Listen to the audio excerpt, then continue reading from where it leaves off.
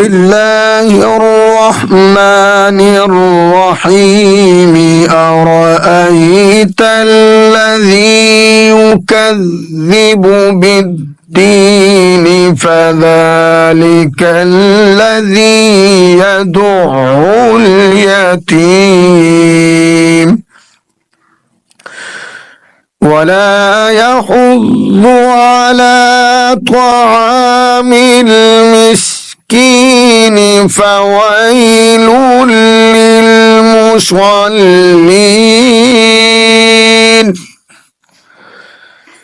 الذين هم عن